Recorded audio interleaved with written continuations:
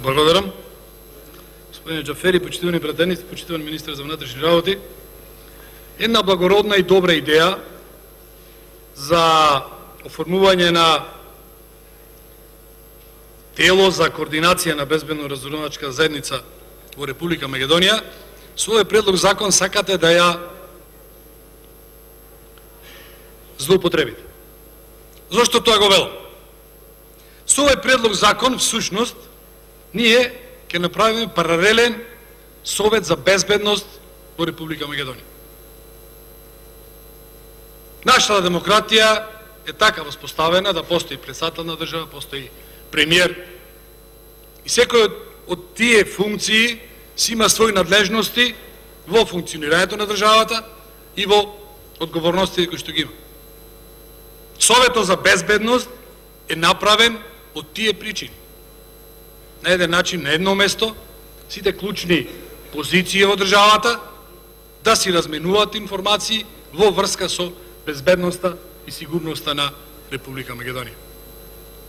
На овој начин, со правење на совет во владата, кој што ќе го координира, раководи и така натаму премиерот на владата, прво, кажав, правиме паралелен систем.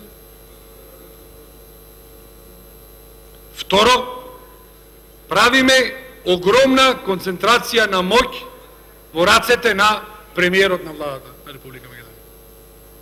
Со тоа што премиерот на владата е надлежен за поставување на сите раководни луѓе во институциите кои што ќе бидат членови на овој совет, на еден начин преку премиерот ќе има можност да влијае, зборам за можноста на злоупотреба. Евам дека тоа ќе биде. Меѓутоа пак ќе кажам, ние како опозиција затоа сме тука, да искажеме сомнеш и вие да убедите дека не е така. Значи, ќе може да влијае врз класифицирани информации, безбедносни проверки и сертификати, безбедносни истраги, кривични истраги. Дури ако сакаме да правиме што се вика теорија на заговори, со тоа што Агенцијата за национална безбедност ќе има тактичка опрема за прислушкување, без посредство на ОТА, ќе може директно премиерот на владата да искористи таа можност, па да има можности за евентуални злоупотреби во делот на прислушкувањето. А нели, овие реформи на еден начин, мотивот за правење на овие реформи на сите нас е да се намалат злоупотребите во таа дел, по тој дел. Значи, пак ќе повторам, паралелен политички совет за безбедност. Второ, концентрација на моќ во рацете на една функција во државата. Трето, рушење на балансот на политичка моќ и политичка одговорност и обврски на главните, да речам, функционерски позиции во државата, тој е председател на Републиката и премиер, и директно мешање во уставната надлежност на председателот на Републиката, кој всушност, според Уставот, е врховен командант на вооружените сили, председател на Советот за безбедност и носител на одлуки во областа на безбедноста, одбраната и надворешните работи. Значи, благородна, ајде така да кажам, или оправдана идеја за реформа во овој систем, оправдана идеја за поголема координација на сите служби кои што се занимаваат со областа на безбедноста, меѓутоа, морам да кажам, и на мала врата злоупотреба на таа идеја и правење еден паралелен систем и овозможување на огромна моќ во рацете на една функција на власта во Република Македонија. Имајте опреди дека правам муабет за функции, не правам за личности. Денес е еден председател, утре друг ден ќе биде друг.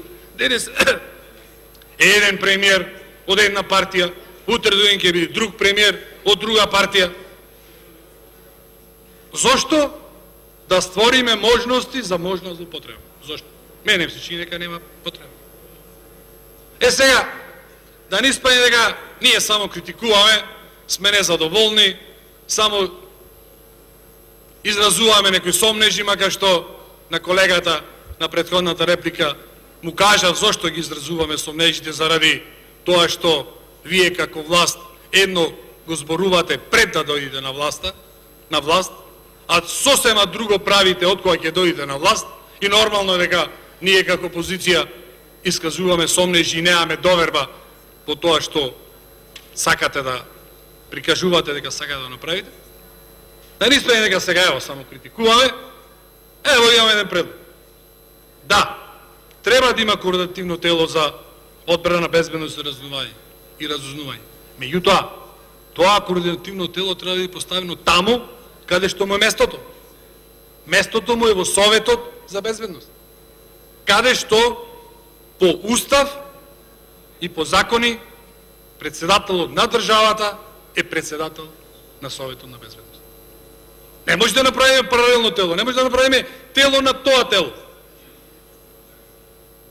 Имаме ние Совет за безбедност.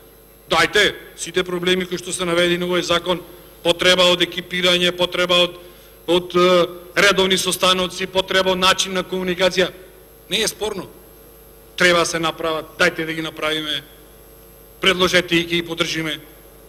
Меѓутоа, во позадината на овој предлог, ние како опозиција гледаме горе проблем. Да не се повторувам, паралелен совет и концентрација на моќ.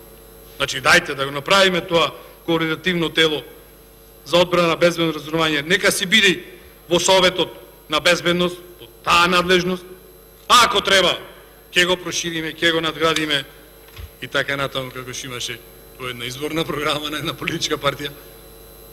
И да биде се во рамките на уставот. И да биде на тој начин направено, да утре други ден, без обзир што ќе се случи со политичката мапа на Република Македонија, да сите ние како граѓани бидеме сигурни дека можноста за злоупотреба ќе бидат минимални. На овој начин, пак ќе повторам, паралелно тело, противуставно, со надлежностите на председател на државата и огромна концентрација на моќ во рацете на еден функционер на државата. Предпоставувам дека сите ние тука опратеници не сакаме тоа да се случи, бидејќи, ево, искуствено гледано, што значи ако има огромна моќ кај еден човек, па тоа може да се злоупотреби, без обзир на која позиција бил. Дајте, таму каде што можеме да реагираме, а ми се чини дека овде можеме да реагираме, размислете како влада и на јавната расправа да ги слушнеме мислењата на стручните луѓе. На вас како пратеници апелирам да го направиме така како што треба да ви направиме. Благодарам.